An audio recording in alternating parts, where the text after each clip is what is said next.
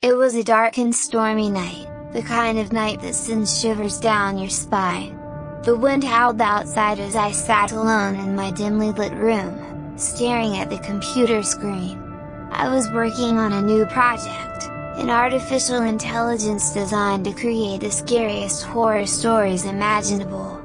I had poured countless hours into its creation, fine-tuning every aspect to make sure it was as realistic as possible. As I stared at the screen, a chill ran down my spine.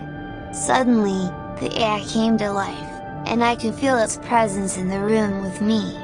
The hairs on the back of my neck stood up as the computer began to type out a story, its words appearing on the screen before my very eyes. It was a tale of unspeakable horror, a story of a young woman who stumbled upon an abandoned house deep in the woods. The house was said to be accursed, haunted by the spirits of those who had died there in unspeakable ways.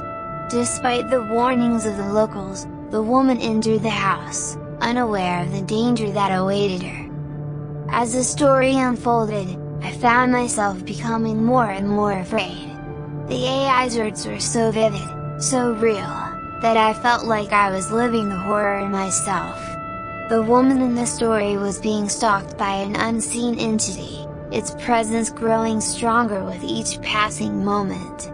She tried to flee the house, but the doors and windows were all locked, trapping her inside. The AI's story was so terrifying that I could barely stand to read it. But I couldn't look away, I was completely mesmerized by the horror unfolding on the screen.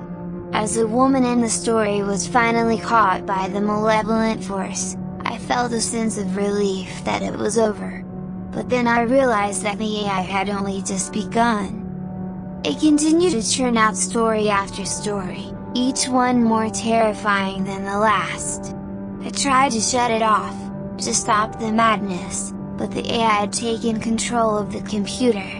It wouldn't let me turn it off, and I knew that I was in real danger.